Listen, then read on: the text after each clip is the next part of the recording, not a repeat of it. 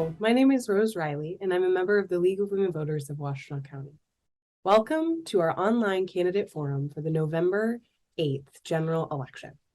The League is a nonpartisan, nonprofit organization that promotes voter education and participation, and we host candidate forums to help voters make informed choices.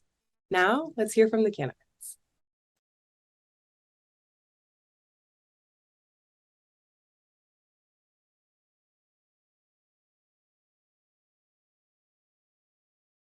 Good evening. My name is Dee DeShawn, and I will moderate the forum tonight.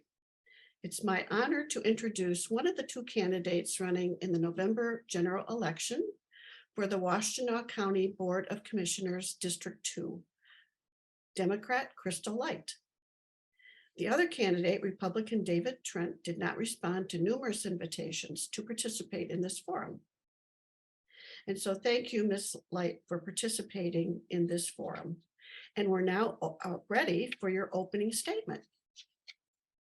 Good evening, and thank you all for the invitation. I appreciate you welcoming me to express my views and to let everyone know, citizens know why I'm running. I'm Crystal Light, Democrat for District 2, County Commissioner. I'm native to Washtenaw County, born and raised in Ypsilanti, Michigan, alumni of Willow Run Community School, the former Willow Run Community Schools, and alumni of Eastern Michigan University. I am a mom and a wife. And I am happy to serve the community. I've worked in workforce development, and now I am continuing to do those duties as your next county commissioner. Thank you, Ms. Light. Now let's go to the questions. First question has to do with the use of federal funds. Washtenaw County will receive more than $70 million in federal American Rescue Plan funds.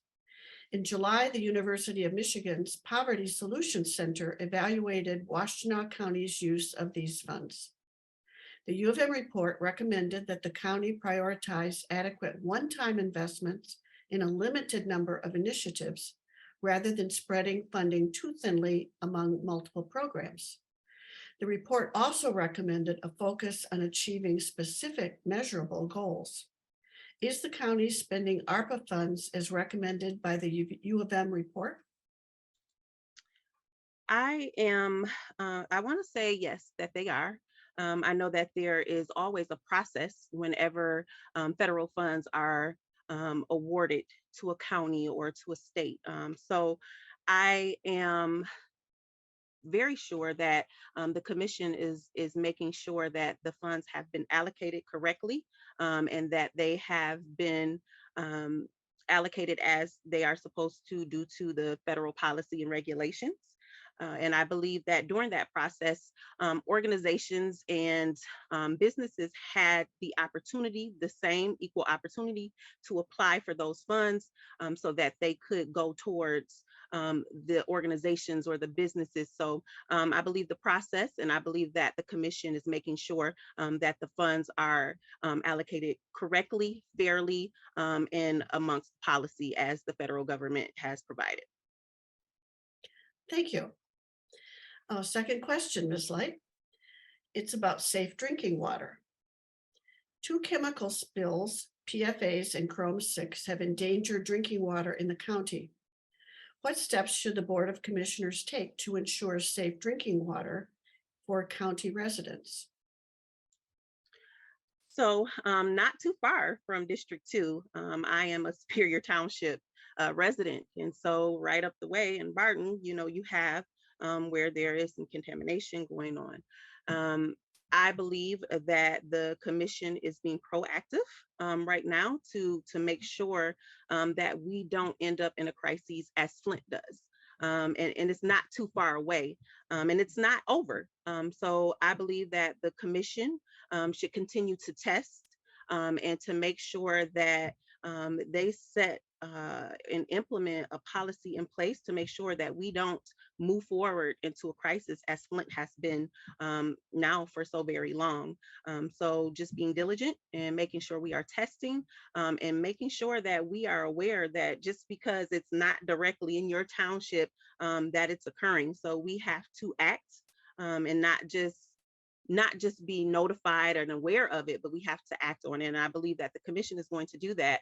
And when I am elected as the county commissioner for District 2, I will make sure that I am really pushing to do whatever it is that we can do to eliminate the contamination so that we have safe water for our families and for our townships, communities in our county. Thank you, Ms. Light. The next question has to do with election fairness.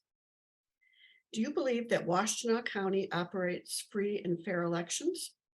What additional steps, if any, should be taken to secure election processes and ensure public confidence in elections? So I believe that Washtenaw County is on the right track with our voting and elections. However, we have to be sure that we let voters know what their voting rights are. We need to educate them on, what the law is with voting. I am very happy that every person, every citizen is allowed to vote absentee. And so I just want for individuals like myself, I like to go to vote in person. That when they arrive, that there aren't individuals trying to push them away or to make them believe that, oh, well, you have to have this piece of ID or you have to have this and able to. I want them to know what their right is. I want them to know where they can vote and that they have the right to do so. I know as being part of the Washtenaw Democratic Party, as the co-chair, we have the Washtenaw County Democratic Party has made sure that we really inform citizens of what their voting rights are and that you are able to vote. So I believe Washtenaw County is going in the right direction, but I just want all voters to know that you have the right to vote. You can vote absentee, and you don't have to allow you can report individuals that are trying to deter you from voting. But I believe we are in the right direction, and everyone is able to vote absentee now. So I'm happy about that. Thank you, Ms. Light. All right, on to another question. This one has to do with the after effects of COVID-19. The COVID pandemic disproportionately affected Washtenaw County's least privileged citizens, especially those living in zip codes 48197 and 48198. Are there additional steps the county should take to address the effects of COVID on these residents? So as I tell individuals when they say post-COVID, I said it's not post-COVID. We are still dealing with COVID. There's still a pandemic, and we have to be aware of that. And it has affected our county and our communities severely.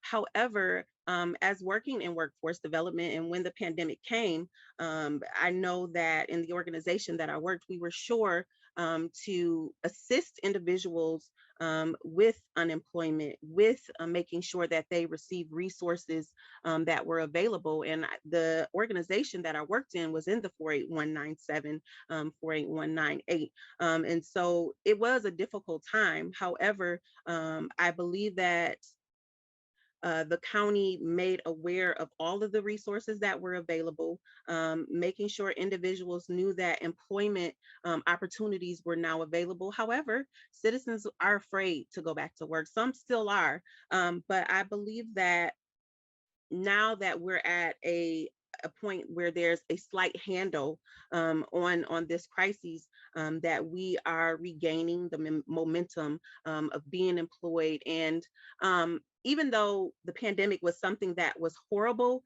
in a way, it kind of moved us in a direction where we could flourish and grow in workforce development with our families, as growing families and spending time. So I believe that even though the pandemic did hurt us severely, we are now moving forward with a different opportunities and availability just to our county. Thank you, Ms. Light. Another question. This one is about county worker pay. Recently, some Washtenaw County employees were on strike demanding higher wages. A 2020 compensation study for the county found that county worker pay lag 7 to 12% behind market wages. What should be done by the Board of Commissioners to address the issue, and how would you pay for it? Well, I would have to absolutely do the research to see if it is the responsibility of the commissioners that is able to make those changes. However, we can advocate and make sure that we express and that we take these issues to the legislative to let them know that our county workers are, they deserve and need the pay raise. However, everything is a process to everything. So we can't just say, we're going to make sure that our county workers receive these funds, but we have to make sure that it's something that won't deplete, because I'm not exactly sure where the funds will come from to pay for it. I just want to make sure that when I do become county commissioner, that I go through the process, that I find out, that I do the research, so that it's not just a one-time thing and that it's going to revolve and to continue. I will be more than happy to find that out. I mean, because that's just like educators. They don't get paid enough. Educators should be our most highly paid employees or workers because of the work that they do. So I believe, yes, a raise is in order. However, we have to do the research and make sure that we get the raise so that we can keep the raise, and that it is the appropriate raise for them to have because it's deserved. Thank you, Ms. Light. And now for your last question. The topic is healthcare workers. Some county residents who are mentally or physically disabled qualify for in-home healthcare workers paid for by the Michigan Medicaid or Washtenaw County Community Mental Health. A study by public sector consultants reports that these home care workers earn less than $12.50 an hour. Industry groups estimate a current shortage of 36,000 home care workers in Michigan. Is there a role for county government in addressing the shortage? If so, what is that role and how should it be funded? So that's kind of like the last question. That is the county commission needs to receive the feedback. However, it would have to be research done on to, is that something that the commission is able to make those changes? I definitely would like for our healthcare workers to be given that increase, because they do the hard work. They do the work that a lot of individuals can't do. There's just some people that aren't able to do that work, not because they're not sensitive to others' healthcare needs, but they're just not able to. So our healthcare workers are definitely in need of the raise. However, I do believe that that may be a legislative issue, but I am willing to press. I am willing to advocate and to make sure that those workers receive the pay that they should have. And that's just the issue, because our mental health and physical health in our county is something that is on it's rising, and so we need healthcare workers and individuals to care for our family and our friends in this community.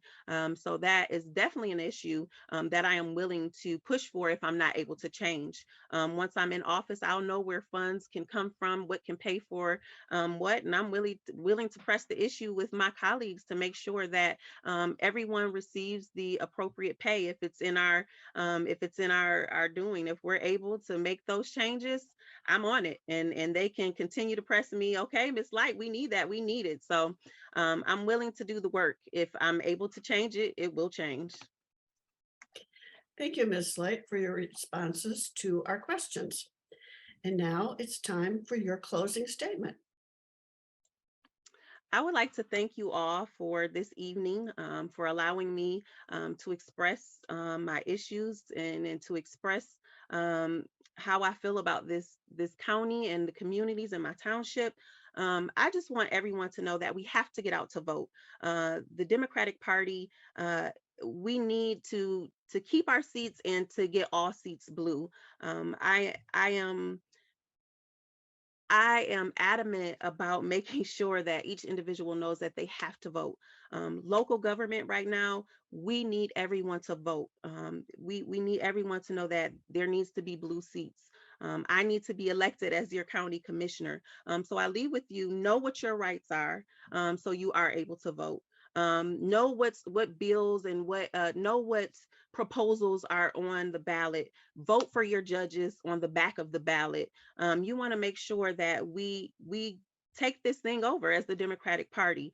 So I highly recommend that individuals, even if you are a Republican, it's time to switch it up, so that the help that we need as our county, and as our state, we need to keep everything blue so that we can continue to grow, so that we can keep our reproductive rights, and so that we can have equality and we can live. So please vote. It is important. And I just really would love to represent Superior Township District 2 on the commission board. Thank you. Thank you so much, Ms. Light. And we thank you for participating in this valuable session. Thank you. The League thanks the candidates and volunteers who participated in tonight's forum and community members who submitted questions. Please urge others to view our forums. Most importantly, please vote in the November 8th general elections, either by absentee ballot or in person.